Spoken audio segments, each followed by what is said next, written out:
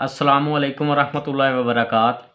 हकीम मोहम्मद मोहसिन रज़ा गोलड़ी एक बार फिर एक नए टॉपिक के साथ आपकी खिदमत में हाजिर है और आपको अपने चैनल गोलड़ा दवाखाना में खुश आमदीद कहता है। दोस्तों, आज मैं आपको इस वीडियो में कान पेड़ों के बारे में बताने जा रहा हूँ कि ये क्यों बनते हैं, इनकी अलामात क्या हैं, इनके असबाब क्या हैं और इनका आसान देसी इलाज क्या है। तो चलते हैं टॉपिक की तरफ। इस मर्ज़ में कान की लो के सामने और नीचे का थूक पैदा करने वाले गदूद मुतवरम हो जाते हैं। कानों के पीछे गिल्टियाँ वाज़िया नज़र आती हैं जो फूल कर गर्दन को ढांप देती हैं। अगर इनमें दर्द महसूस ना हो तो ये मर्ज़ की इब्तदाई हालत है, और अगर दर्द शुरू हो गया हो तो ये किसी जहर का असर होता है। खाने खाने में तकलीफ़ होती है, तनफ़ुस से बदबू आती है, ज़बान मैली, सर में दर्द और कभी नाक से खून भी आ जाता है। बुखार हो जाता है जो अमूमन 4 से 6 अयाम तक रहता है। वरम तकरीबन 10 दिनों में कम हो जाता है। इस वरम की सबसे बड़ी अलामत ये है कि इससे ज़बान हरकत नहीं करती।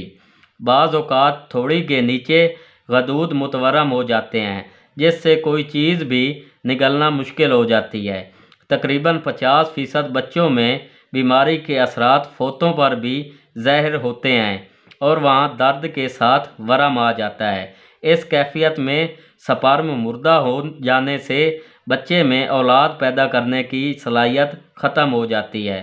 तो दोस्तों, इसके लिए एक बहुत ही आसान और मुजरब नुस्खा लेकर हाज़िर हुआ हूँ।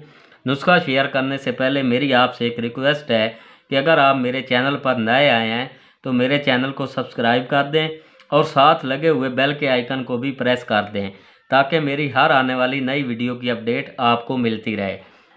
तो दोस्तों, चलते हैं नुस्खा के अज्जा की तरफ। नुस्खा के अज्जा के नाम और वज़न नोट फरमा लें। सबसे पहले नंबर पे हमारे पास है सुहागा सफ़ेद। ये देखें, सुहागा सफ़ेद, इसका वज़न आपने लेना है 5 तोला। इसके बाद हमारे पास है मुलट्ठी। ये देखें मुलट्ठी, इसका वज़न भी आपने लेना है 5 तोला। इसके बाद हमारे पास है रेवन खताई। ये देखें रेवन खताई, ये एक रेवन चीनी होती है और एक रेवन खताई होती है। बाज़ औक़ात पंसार वाले न जानने वाले को रेवन चीनी दे देते हैं, लेकिन आपने ये पहचान कर लें, इसी तरह की रेवन खताई आपने ख़रीदनी है। इसका वज़न आपने लेना है 7 तोला। तो दोस्तों, ये तीनों चीज़ों लेने के बाद इनको अलहदा से कूट छान कर सफ़ूफ बना लेना है। सफ़ूफ बनाने के बाद इन तीनों को आपस में अच्छी तरह से मिक्स कर लेना है। ये आपका सफ़ूफ तैयार हो गया। तो दोस्तों, इसकी मिकदार खुराक बड़ों के लिए 2 ग्राम सुबह, दोपहर और शाम नीम गर्म दूध के साथ, और बच्चों में 1 ग्राम सुबह, दोपहर और शाम नीम गर्म दूध के साथ। इंशाल्लाह दोस्तों, पहले ही दिन इस मर्ज़ से आपको निजात मिल जाएगी। तो दोस्तों, इसके साथ ही हकीम मोहम्मद मोहसिन रज़ा गोलड़ी को इजाज़त दीजिए। इंशाल्लाह बहुत जल्द मिलते हैं नई वीडियो के साथ। अल्लाह हाफ़िज़।